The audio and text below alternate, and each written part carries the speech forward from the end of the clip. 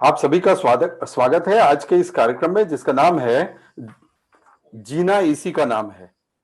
जीना इसी का नाम है। इस सीरीज में हम ऐसे आउटस्टैंडिंग पर्सनालिटीज को इस कार्यक्रम में आप सबसे मुखातिब करते हैं जिन्होंने इस जीवन में कुछ नई सोच के द्वारा पूरे समाज को परिवर्तित करने का बीड़ा उठाया हो। ऐसे ही एक नए व्यक्तित्व को हम आज आप सबके बीच में ला रहे हैं। हमारे आज के मुख्य वक्ता श्रीमती जनक दीदी के। जनक दीदी का पूरा जीवन जो है वो समर्पित है इस एनवायरमेंटल सिस्टम के लिए। और जिस प्रकार से हम देखते हैं कि आज कोविड के समय में हम लोग वापिस से बैक टू बेसिक्स जाने लगे। हमें ऐसा लगता है कि जो पुराना हमारा रहन सहन तौर तरीका था शायद वो हमारे लिए बहुत अच्छा था और हम लोग वापिस बैक टू बेसिक्स जाने लगे। और अगर हम देखें तो इस कोरोना काल ने हमको ये रास्ता बताया कि हमें वापिस से अपनी जड़ों की तरफ जाना पड़ेगा और हम जड़ों की तरफ जाएंगे तो ही अपने जीवन को खुशहाल बना पाएंगे। तो हम आपको बताएं कि ये सिर्फ कोविड के समय की बात नहीं है, लेकिन जनक दीदी इस विषय पे बरसों से काम कर रही हैं और पर्यावरण की सुरक्षा करते हुए किस प्रकार से एक सस्टेनेबल डेवलपमेंट किया जा सकता है इस दिशा में वो बरसों से प्रयास कर रही हैं।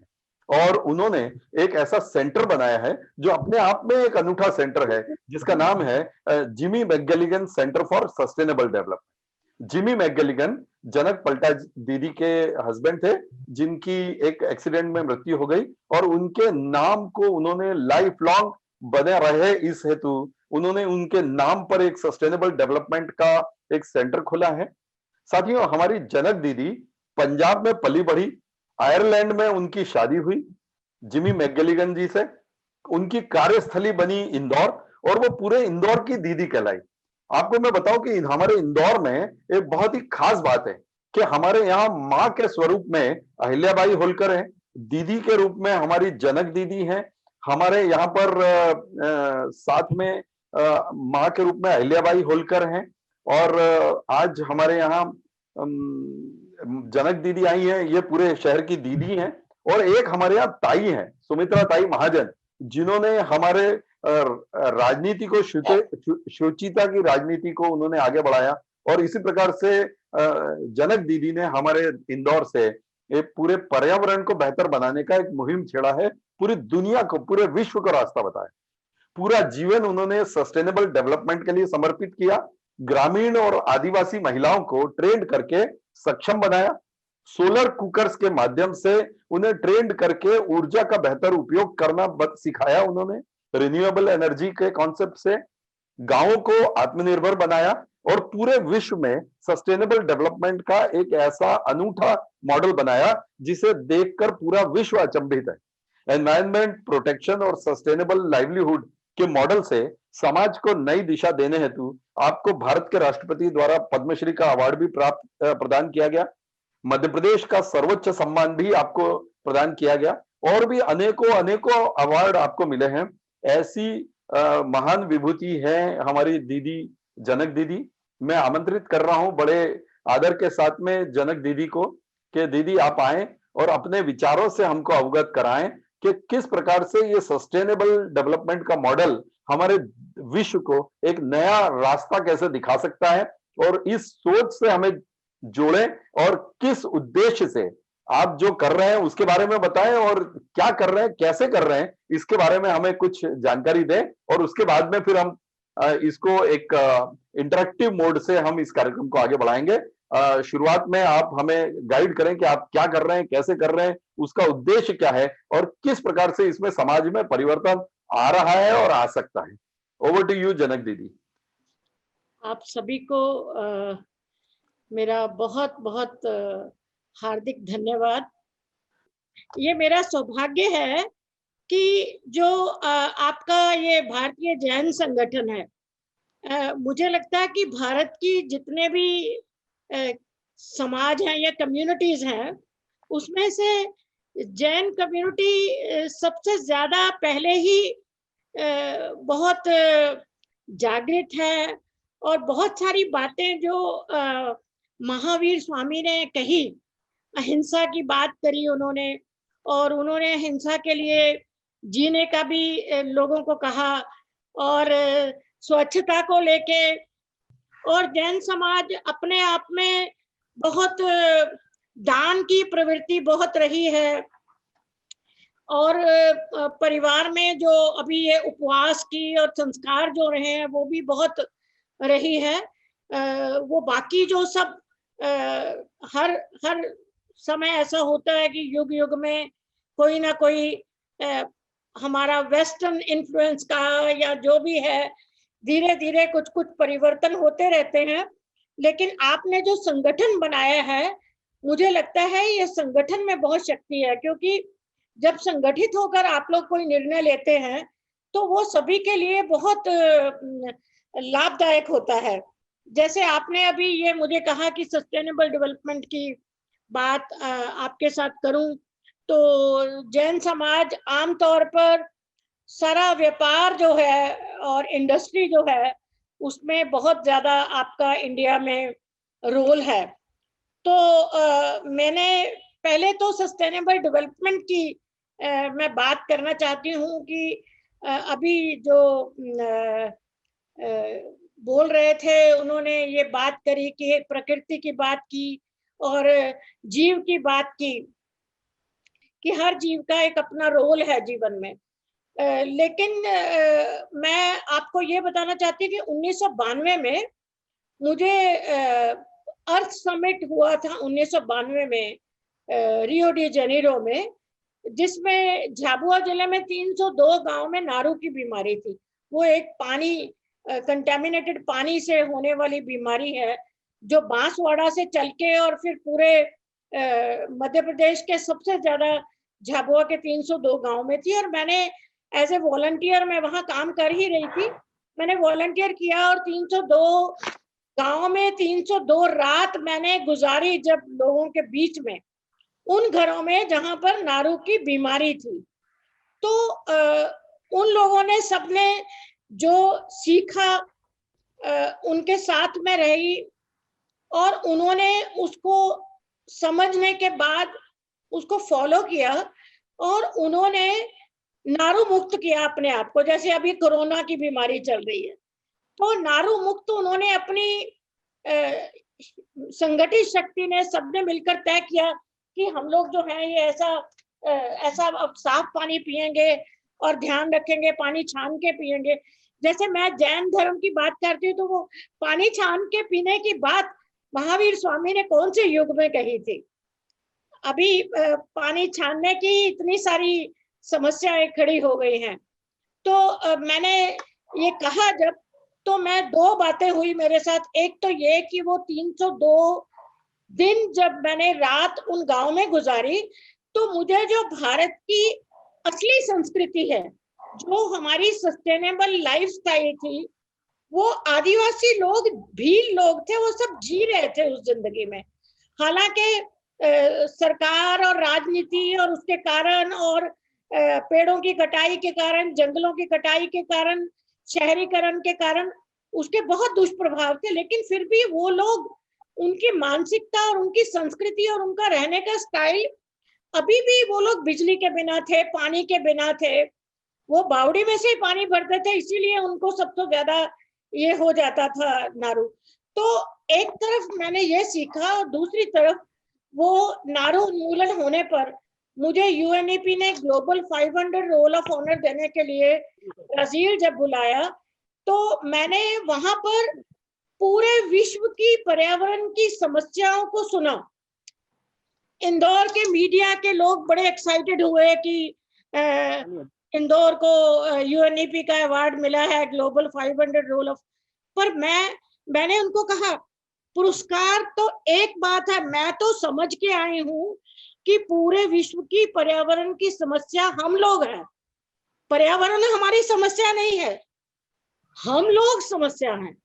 मैं वहां से संकल्प लेके आ गई कि मैं आज के बाद अपने जीवन में कोई भी ऐसा काम नहीं करूंगी जो काम मेरे जीवन में पर्यावरण को किसी भी प्रकार से उसको हानि करेगा, किसी भी जीव जंतु को। मतलब आपने अभी कहा मेरी बात शुरू करने से पहले कि पेड़ पौधे हैं, वनस्पति है, पशु पक्षी हैं, धरती है, आकाश है, हमारा सारा जो वातावरण है, इंसान सबसे बड़ी रचना है ईश्वर की, जिसके संरक्षण के लिए, उपयोग और संरक्षण के लिए ये रचनाएं बनी थी। लेकिन इंसान ने उसका उपभोग करना शुरू कर दिया, हम लोग उपभोगी हो गए। और वहां से आने के बाद इसको सीखना सिखाने की प्रक्रिया भी शुरू की।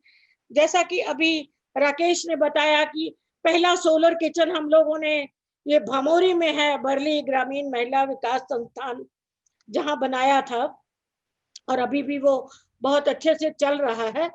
तो पहला वो कैंपस बनाया जहां पर 6 एकड़ जमीन में अपना उगा के खाएंगे, वहां कचरा मुक्त। आज तक वहां पर 1985 को मैंने शुरू किया, जहां पर कुछ नहीं था, और वो अभी एक दुनिया का आदर्श कैंपस है जहां पर सब कुछ सस्टेनेबल है, ऊर्जा नेचुरल है, कचरा नहीं करते, उगा के खाते हैं, कुछ फेंकते नहीं है, और सब चीज को वेस्ट नाम की कोई चीज नहीं है लाइफ में। तो मैंने साथ में ये भी समझना शुरू किया कि ये जो सस्टेनेबल डेवलपमेंट शब्द था, इसकी परिभाषा जो पुरानी दे रखी है ब्रंडन कमीशन ने, वो दे रखी है कि प्राकृतिक संसाधनों का ऐसा उपयोग करना कि आने वाली पीढ़ियों के लिए वो कभी खत्म ना हो, उनके साथ समझौता किए बिना हम अपने इन संसाधनों का उपयोग करें, नेचुरल रिसोर्सेज का। लेकिन उसी प्रश्न को लेके मैं बैठ गई और फिर उसी प्रश्न को लेके मैं आगे बढ़ी। मैंने ये प्रश्न, एक प्रश्न के साथ ये प्रश्न किया कि क्या आज हमारे पास वो संसाधन हैं, हमारे लिए हैं, जो हम आने वाले पीढ़ियों के लिए बचाएंगे? उसमें से नहीं थे। 1992 में भी हमारे पास उतना पानी नहीं था, हमारा प्रदूषण लेवल था, हमारी धरती हमने केमिकल्स के साथ भर दी, तो पेड़ों की कटाई कर दी, उतने पेड़ लगाए नहीं। तो मैंने उस परिभाषा को रीडिफाइन किया, सस्टेनेबल डेवलपमेंट को, जो भारत के श्लोक हैं, हमारे भारत की संस्कृति में। मुझे ऐसा विश्वास है कि आप सभी ने किसी ना किसी कथा में, किसी ना किसी पुस्तक में, ग्रंथ में, ये 2 वाक्य जो भारत के सस्टेनेबल डेवलपमेंट के मैं मानती हूँ, मेरी सस्टेनेबल डेवलपमेंट की डेफिनेशन ये है कि विश्व का कल्याण होगा, हो नहीं, नारा नहीं है ये केवल बोलने की बात नहीं है कि विश्व का हाथ खड़े करके बोल दिया कल्याण हो। विश्व का think globally and act locally, globally सोचे, हर काम जो हम यहाँ करते हैं उससे पूरा विश्व प्रभावित होता है, अच्छा करे तो भी, बुरा करे तो भी। आज अगर इंदौर स्वच्छतम शहर है, पूरे विश्व में इस बात की चर्चा है कि ये इंडिया का नंबर 1 स्वच्छतम शहर है। जब कोई खराब बात होती है तो उसका नाम पूरे विश्व में जाता है। विश्व का कल्याण हो नहीं होगा, करेंगे इस भावना से कि हम अपना कर्म जहां बैठे हैं, अपने उस जीवन में, जो भी प्रोफेशन में है, जो भी बिजनेस कर रहे हैं, जो भी सोच रहे हैं, मन कर्म विचार वाणी, सबसे हम विश्व के कल्याण की बात, सद्भावना। दूसरी बात है, प्राणियों में सद्भावना करेंगे। प्राणियों में सद्भावना हो नहीं, वो होगी नहीं अपने आप। प्राणियों में सद्भावना करनी होगी और विश्व का कल्याण के दृष्टिकोण से हमें अपना कर्तव्य, अपने कर्म करने होंगे। तो ये परिभाषा मेरी वापस, मैंने इसके ऊपर आके अपना काम करना शुरू किया। मैंने बरली ग्रामीण महिला विकास संस्थान में ही ये सस्टेनेबल डेवलपमेंट की, वो जो आदिवासी लड़कियां वहां आती थी, 26 साल में 6 महीने, पहले 1 महीना, फिर 2 महीने, फिर 3, कभी 6 महीने तक 6,000 लड़कियां 500 गांव में जो प्रशिक्षण हमने दिया, वो प्रशिक्षण ये सारी चीजों का एक मिश्रण था। एक ऐसा, उसका नाम था training of rural and tribal women as agents of sustainable community development, social change agents. अपनी अपनी कम्युनिटी में वापस जाके, जैसे हम दही के लिए जामन रख लेते हैं दूध रात का, फिर अगले दिन लगाते हैं, फिर अगले दिन दही बनाते हैं उस जामन से, तो हमारी हर लड़की जामन बन के गई और वो जामन लगाती चली गई। और उन गांव में उन लड़कियों ने ऐसा सस्टेनेबल डेवलपमेंट का काम किया, उनको जाकर फिर किसी को सिखाना नहीं पड़ा।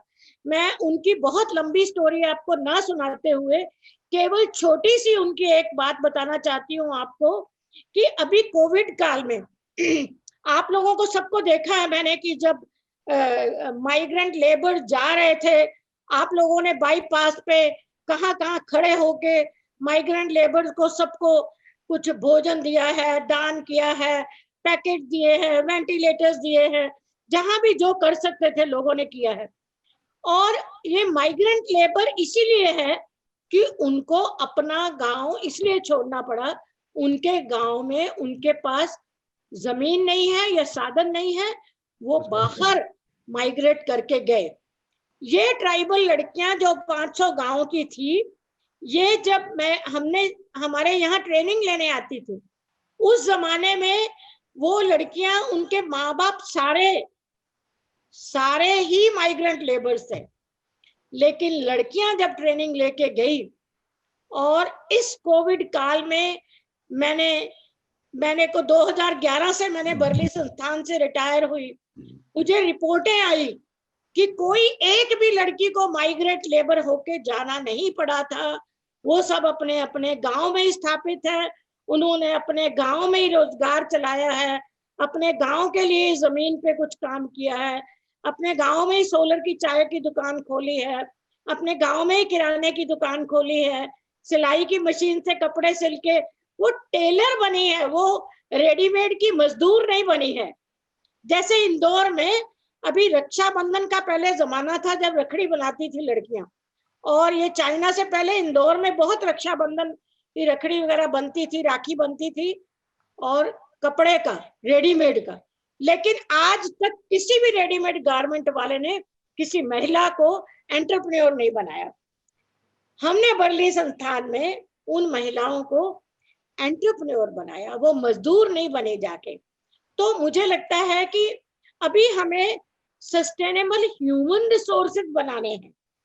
हमारा हर इंसान, अभी बहुत सारे ऐसे परिवार हैं जिनमें पिताजी ने कमाया था और अब उनकी तीसरी चौथी पीढ़ी बैठ के खा रहे हैं, कोई काम नहीं कर रहे।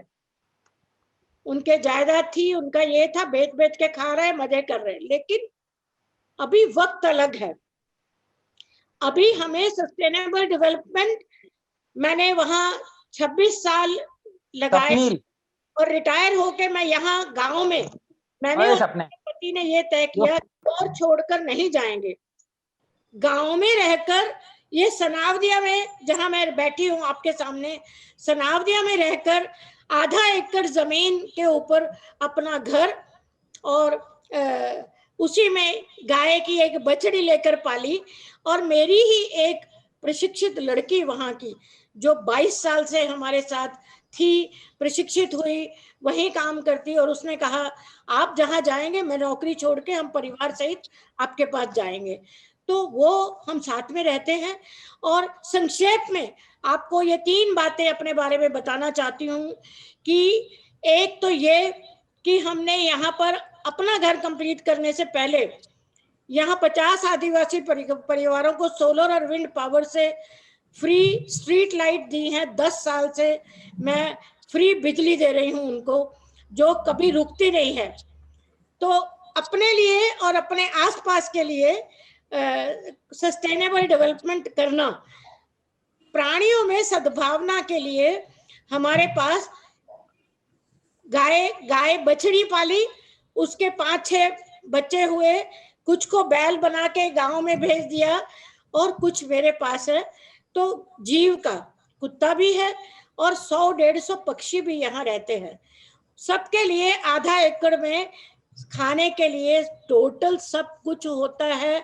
और सबसे पहला नियम सस्टेनेबल डेवलपमेंट का, अभी मैं रोजगार पे आऊंगी, मुझे पता है राकेश सोच रहा है कि मैं रोजगार की बात कब करूंगी। दीदी हम इंटरेक्टिव सेशन में ये बातें पहली कर लें। बात ये है कि दीदी वो धरती को सस्टेनेबल बनाना।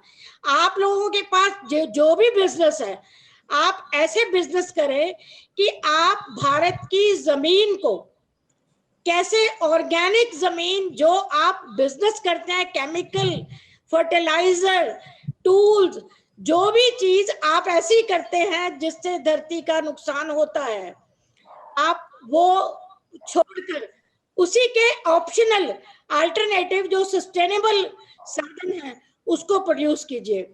अभी धरती के लिए बहुत सारे ऑर्गेनिक उपचार हैं उसके लिए।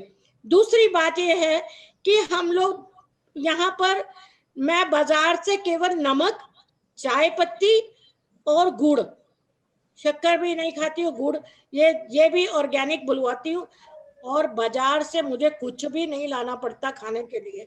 ये पूरे कोविड काल में बाजार नहीं पता मुझे, मेरा बाजार से कोई लेन देन नहीं है। तो जब हम बाजार नहीं जाते तो हम प्लास्टिक पैकिंग नहीं लाते, तो कचरा भी नहीं करते। तो कचरा रहित जीवन 35-36वां साल है, मैंने जीवन में कचरा दान नहीं है। तो ऐसे काम, ऐसा जीवन कैसे जिएंगे, ऐसी पैकिंग कैसे करेंगे आप अपने प्रोडक्ट्स की जिसमें प्लास्टिक ना हो, कचरा ना हो। अब आ गई रोजगार की बात। तो खाने पीने में जो चीजें उपजती हैं उनकी सबकी प्रोसेसिंग करते हैं जो साल भर के लिए हमारे पास पर्याप्त है। जैसे सॉफ्ट ड्रिंक्स अपनी नेचुरल बना लेते हैं, जो भी हुआ, नींबू हुआ, नींबू का शरबत बना लिया साल भर। अभी पारिजात के फूल हैं तो वो केसर है, साल भर के लिए वो आया। सारी औषधियां हैं, मुझे लगता है कि औषधियां इतना बड़ा, अभी इम्यून सिस्टम के लिए जो चाहिए वो भारत का फ्यूचर है बिजनेस का। दूसरी बात यह है कि गांव और शहर ये दोनों अपने आसपास का जोड़, इनका जुड़ाव, इनका पूरा आत्मनिर्भर जो मोदी जी बोल रहे हैं, शहर गांव पे डिपेंडेंट हो जाए और गांव जो है वो शहर पे डिपेंडेंट हो जाए, दोनों एक दूसरे पे इंटरडिपेंडेंट हो जाए। तो सोलर ड्रायर से बहुत सारे फूड प्रोडक्ट्स हैं।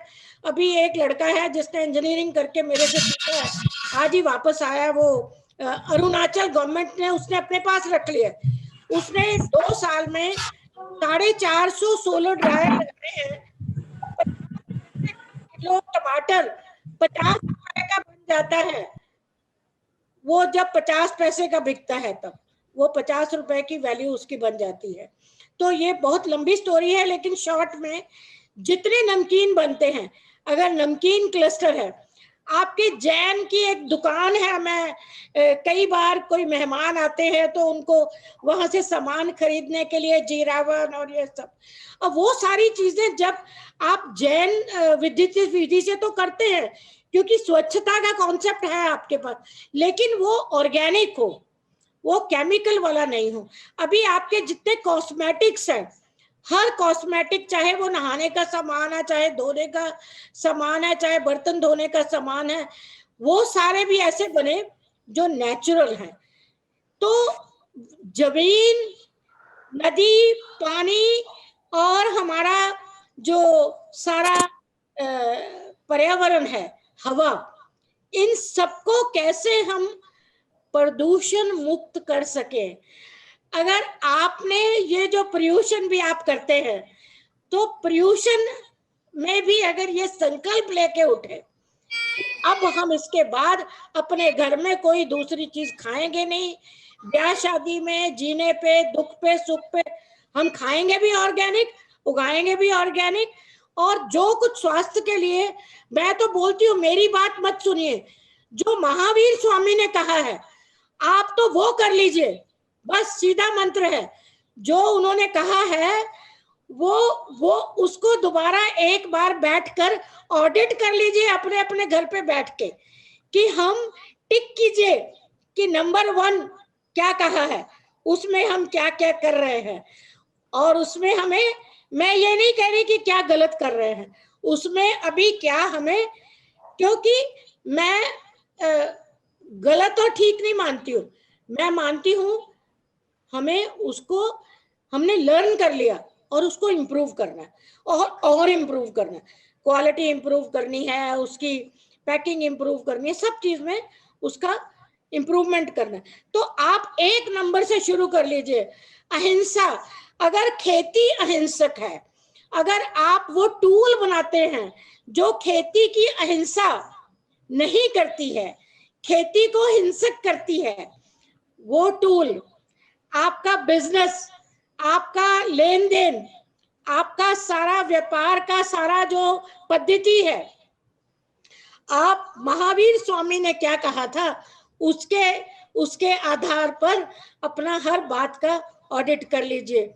जितनी सादगी मुझे लगता है महावीर ने, स्वामी ने सिखाई है, सभी धर्मों ने सिखाई है, लेकिन आप क्योंकि स्पेशली जैन समाज के हैं, तो मैं आपको स्पेशल, क्योंकि मैं बहुत प्यार करती हूँ मेरी जैन लोगों से, सबसे ज्यादा इसलिए बनती है कि उनके घर में वेजिटेरियन खाना मिलेगा, वो सब शाकाहारी हैं, सब प्रेम से, लेकिन थोड़ा ज्यादा खिलाते हैं, थोड़ी ज्यादा चीजें बनाते हैं, थोड़ी ज्यादा बाजार से लाने लगे हैं, तो घर में भी वो सारे त्योहार और वो सारी चीजें वापस आप जो जो जैन, मैं कहती हूँ वो जो सत्तू, आप सॉफ्ट ड्रिंक्स हटा दीजिए जीवन में से, आप सत्तू के क्या क्या प्रोडक्ट बनाएंगे।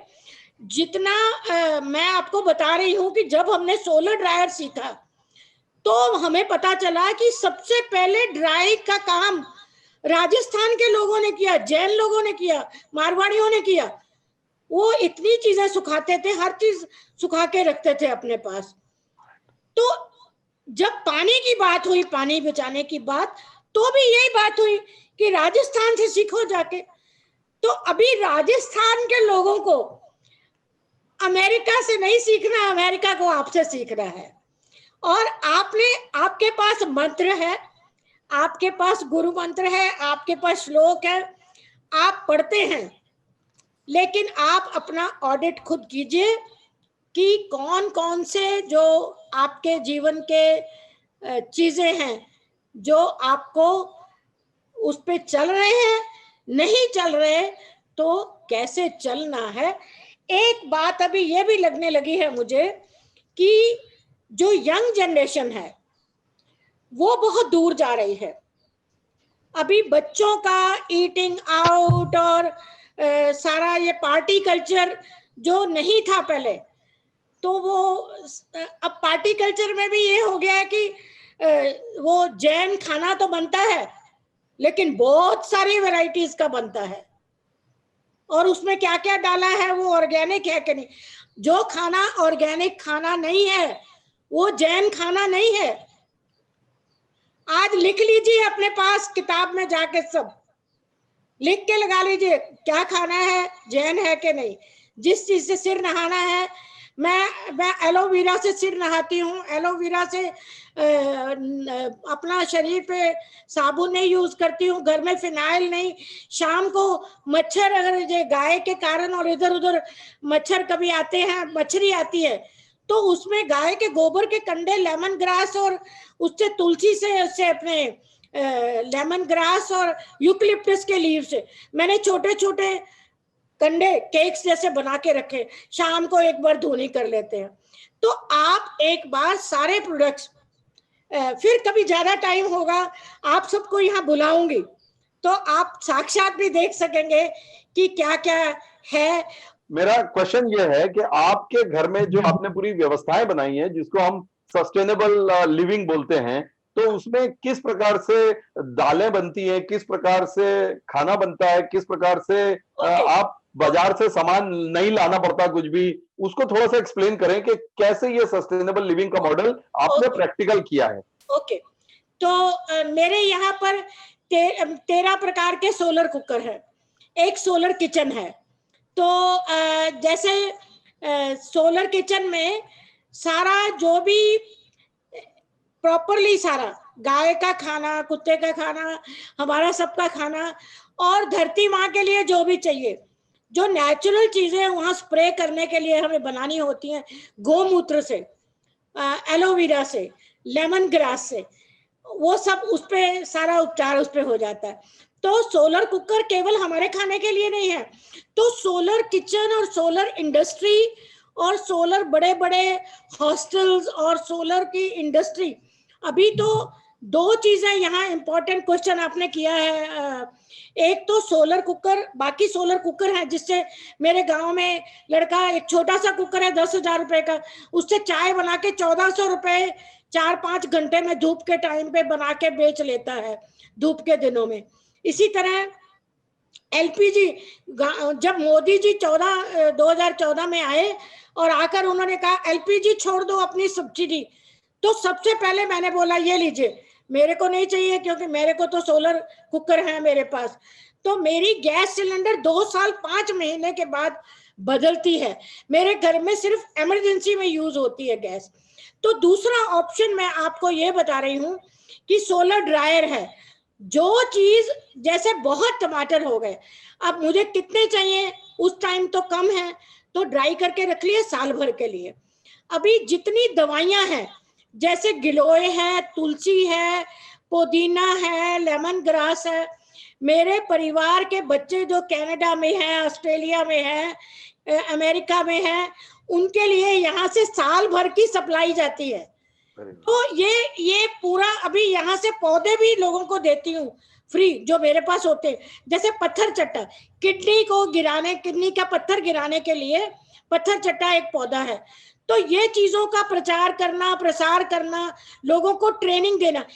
86,000 लोगों को मैंने पिछले 10 साल में यहाँ पर आधे दिन की लगातार, बिना किसी पैसे के, मैं किसी से कोई फंड नहीं लेती हूँ, जिमी मगेलियन सेंटर का कोई बोर्ड नहीं है, वो उसका कोई किसी पैसे का लेन देन नहीं है, वो केवल मेरे काम का नाम है, मेरे हस्बैंड को समर्पित है, जिन्होंने मेरे साथ रह के अपने जीवन का त्याग किया, और उनके नाम को सिर्फ समर्पण है।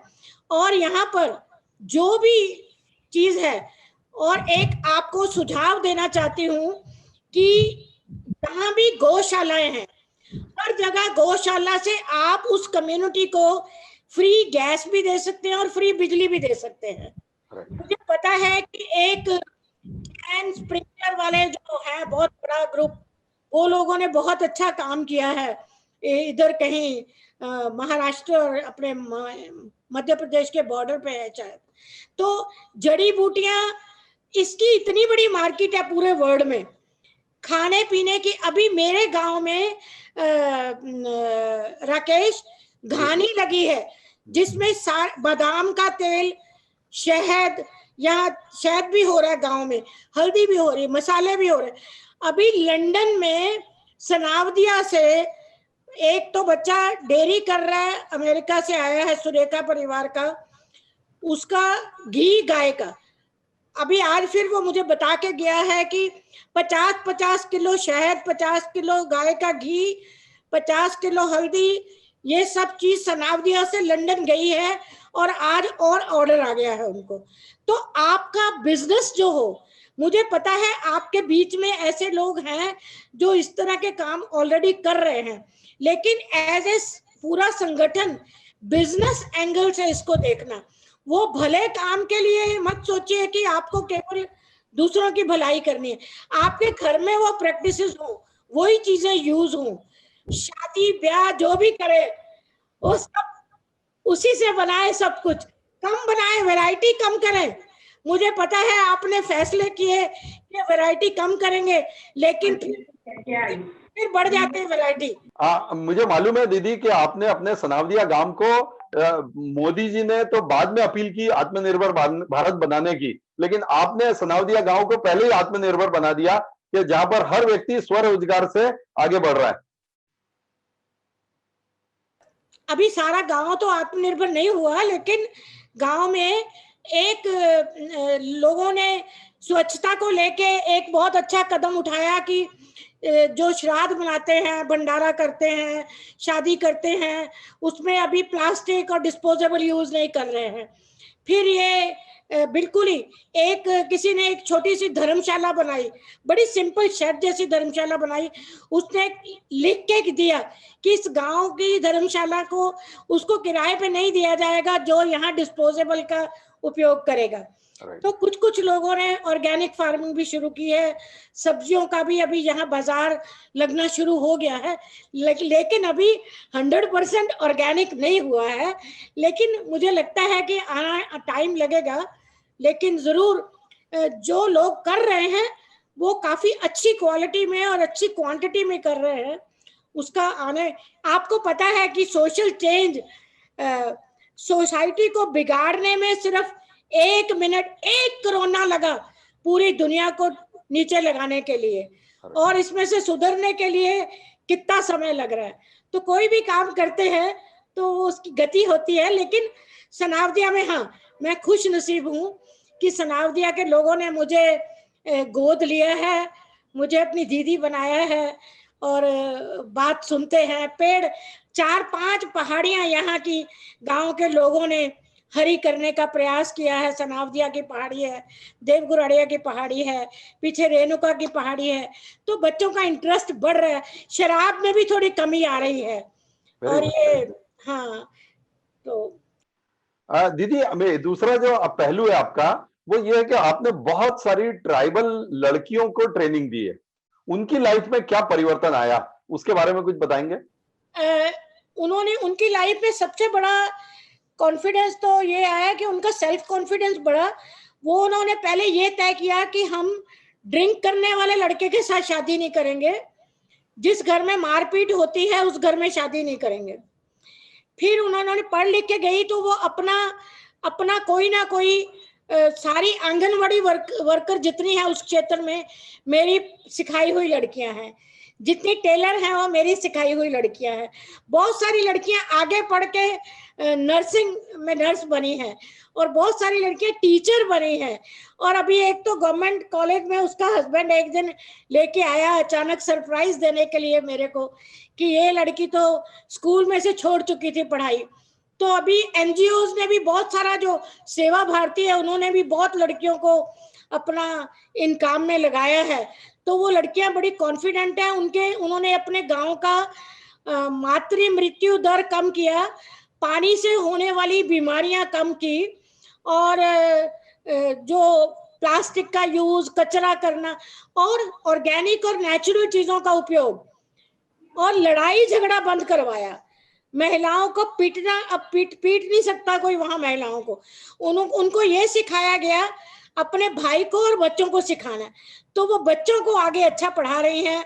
उनके बच्चे कोई आईआईटी में पढ़ रहा है, कोई फौज में चला गया है, कोई बच्चा बैंक में मैनेजर है। अभी किसी ने बताया मेरी बहू भी मैनेजर है, मेरा बेटा भी मैनेजर है।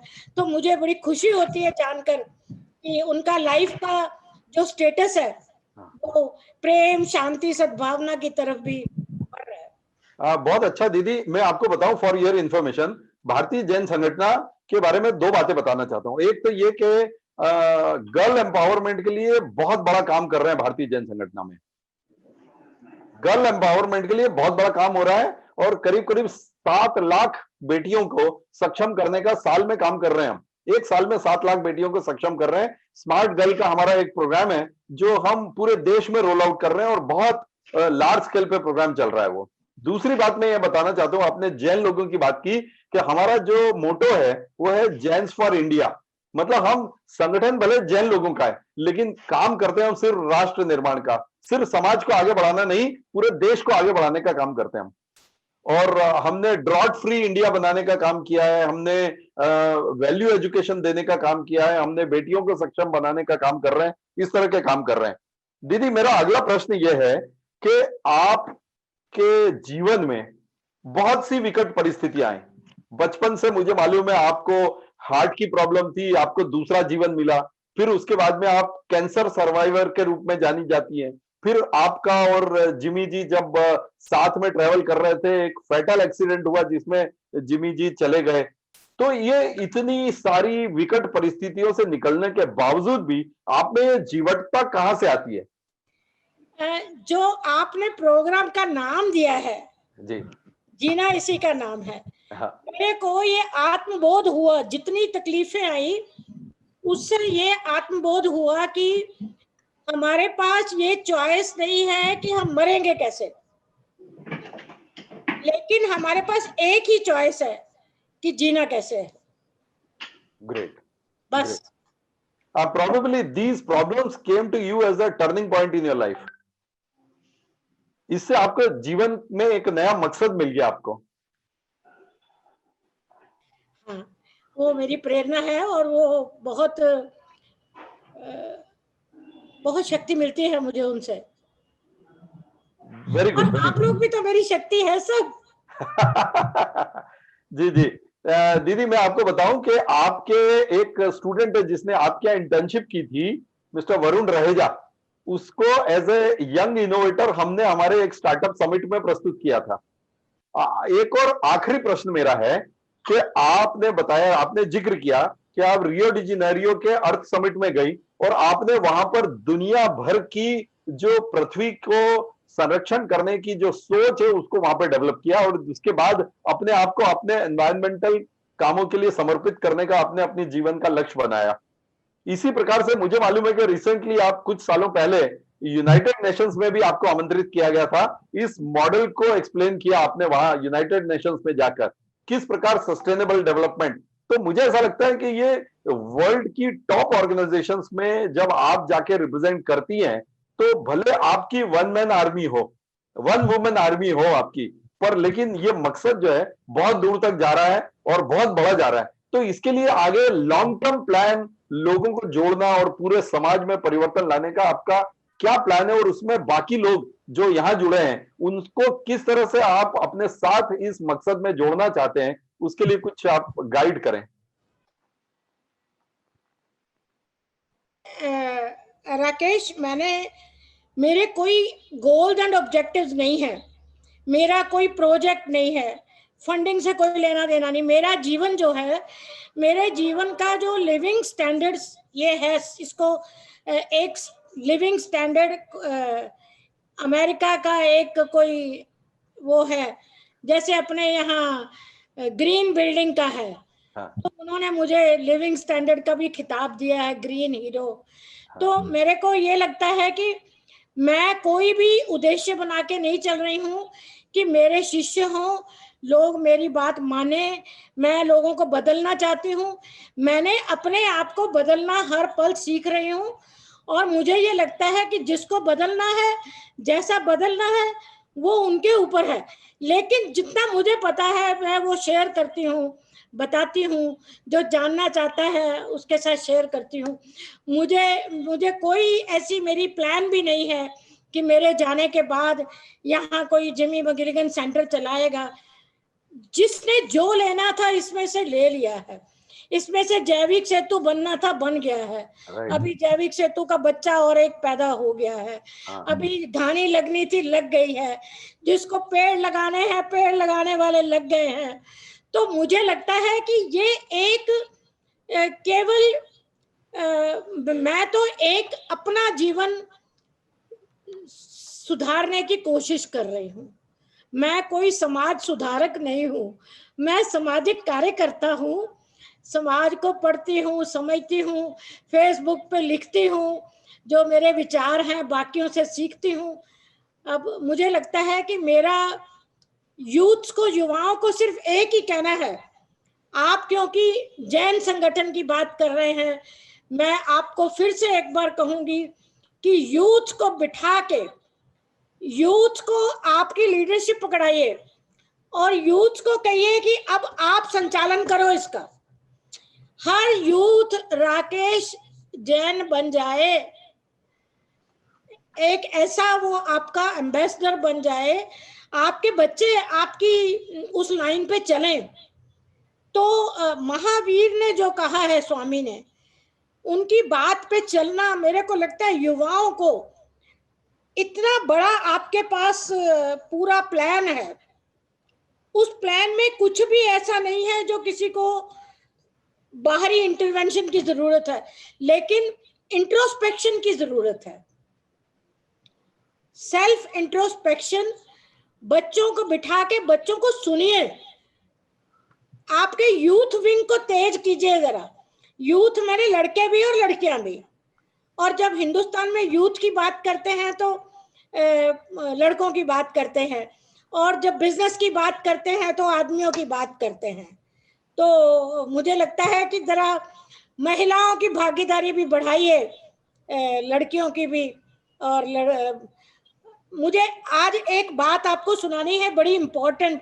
राकेश, तुम भी जाते हो आईएएम में, जी। और जब जिस जमाने में वैष्णो इंस्टीट्यूट और ये प्रेस्टीज इंस्टीट्यूट, अभी ये सेंट्रल गवर्नमेंट के अंडर नहीं आए थे उस सिस्टम में, तो बुला के हम लोग को इंटरव्यू करते थे बच्चों को, उनकी जनरल डिस्कशन और उनकी इंटरव्यू लेते थे बच्चों की। मुझे अभी भी याद है, एक कलेक्टर की बेटी थी, उसने कहा, मैंने कहा ये एडमिशन लेके बिजनेस मैनेजमेंट की तुम क्या करोगी? तो बोली कि मैं तो मतलब मैं तो अपना बिजनेस ही करना चाहूंगी। मैंने कहा तू कलेक्टर की बेटी है, अगर तेरी किसी कलेक्टर से शादी होगी, उसकी बदली हुआ करेगी और वो तेरे को नहीं करने देगा बिजनेस, तो बोली मैं उससे शादी नहीं करूंगी।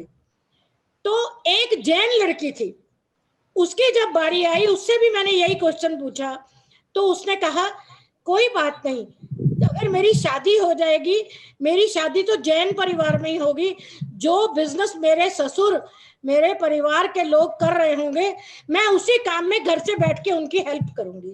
तो मैं आपको ये कहानी इसलिए सुना रही हूं, आपके लड़के और लड़कियां ऐसे बने जो उस सोच से आगे दुनिया को ले जाएंगे, जो सोच के लिए आज आप और मैं बैठ के चिंता कर रहे हैं। Very right. बच्चों के साथ भी बात करना चाहिए, खाली जब बहुत बड़े हो जाते हैं तो वो सुनते नहीं है बात। छोटे बच्चों को हम इतने एक्सपेंसिव खिलौने, इतनी एक्सपेंसिव गैजेट देते हैं, उनके साथ खेलते नहीं, उनको समय नहीं देते। अरे पापा लोगों के पास टाइम नहीं है बच्चों के साथ बैठने का, वो पापा बॉस रहते हैं, मम्मी कहती है मैं थक गई, और मम्मी के पास भी स्मार्टफोन है। तो अभी थोड़ा सा समय बच्चों के साथ गुजारना, और अपने घर में रोज आधा घंटा पूरा परिवार बैठकर महावीर स्वामी के जो डायरेक्ट उनकी गाइडेंस है वो पढ़ के बच्चों से पूछे कि इसको अपन कैसे लागू करेंगे। तो देखना आप, परिवर्तन जो है जड़ से आता है, पत्तों से और फल से नहीं आएगा। जड़ में पानी दीजिए आप। आपके very good, very good, very good. बहुत बहुत बढ़िया, आपने अच्छे पॉइंट पे एंड किया दीदी आपने, कि जड़ को सींचना है और अपने को आगे की नई पीढ़ी तैयार करनी है। और फॉर योर इंफॉर्मेशन, हम लोग हैप्पी फैमिली पे भी काम कर रहे हैं, हम बेटर पेरेंटिंग पे भी काम कर रहे हैं, और इन सब चीजों पे भारतीय जन संगठन बहुत बहुत एक्टिव तरीके से और बहुत रिसर्च बेस्ड प्रोग्राम्स के साथ में काम कर रहा है। मैं चाहूंगा कि कभी आपको भी उनके साथ, इन प्रोग्राम्स के साथ जोड़ा जाए और आगे बढ़े।